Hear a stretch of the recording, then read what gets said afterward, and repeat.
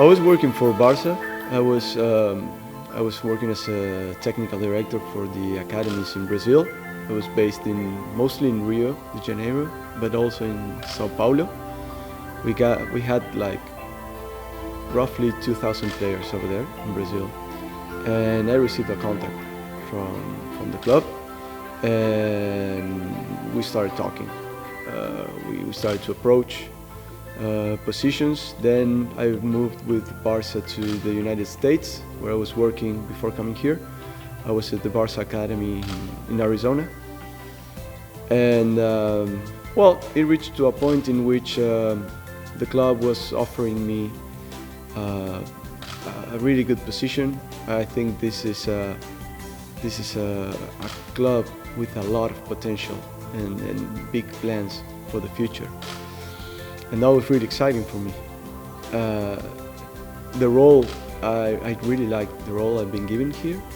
And if you combine that with the quality of life that New Zealand and Auckland can offer to your family, which is very important for me, if you combine all that, they made a very irresistible offer for me.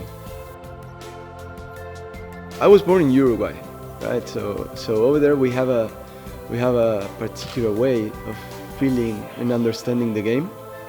We are also a small country, such as New Zealand, and we've been very successful throughout the whole history of the game.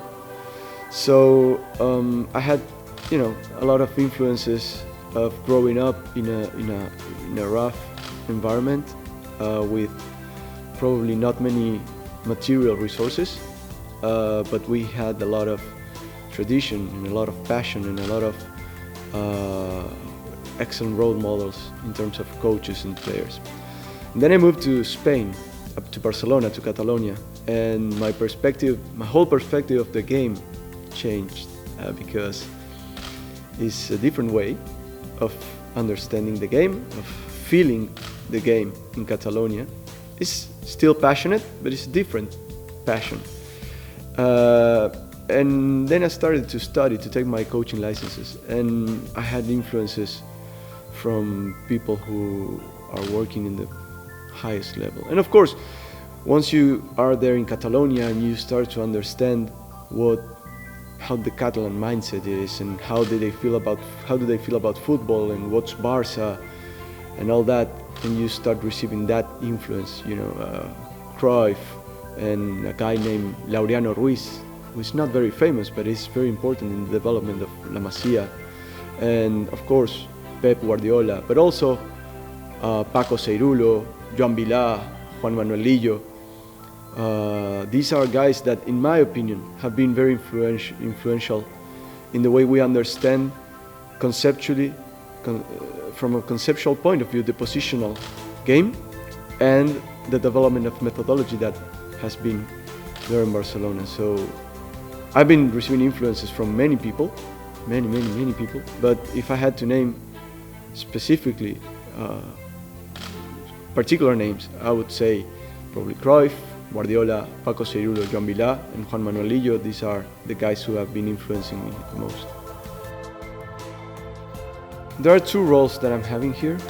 Okay, as right now, as the focus is on the under-19, the youth team, of course, because the league is about to start, and then there's a more long-term role as methodology director. So I understand that for us, success is not about winning the tournament right now or winning with the under-17s or the under-15s or with the teams in the PDP. I don't think that we should define success as winning those leagues. I think that we should define success if we are able to develop players that Ramon or whoever the first team coach is in the future can have in his squad. Luckily, the club has a very well-defined playing style, playing philosophy, which is aligned with what we try to do in Catalonia, or Barca tries to do in terms of positional playing.